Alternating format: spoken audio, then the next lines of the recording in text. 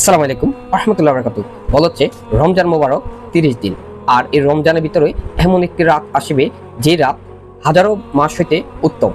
ওলামা কেরামের গণনা অনুযায়ী 83 বছর 4 মাস সে সমান।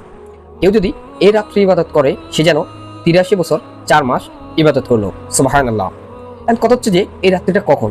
এই রাত্রিটা হচ্ছে শেষ দশকে, রমজানের শেষ দশকে, এবং কি বেজর রাত্রিগুলোতে এই রাত্রে আমরা তালাশ করব। বলা হচ্ছে যে এই রাত্রিগুলোতে রাসূলুল্লাহ সাল্লাল্লাহু আলাইহি সাল্লাম এবং সাহাবা কেরাম কেউই এই রাতে ঘুমাতেন না। তারা সারা রাত এই রাত্রে আমল করতেন। কেউ কোরআন শরীফ পড়তেন, কেউ জিকির করতেন, কেউ নামাজে মশগুল থাকতেন।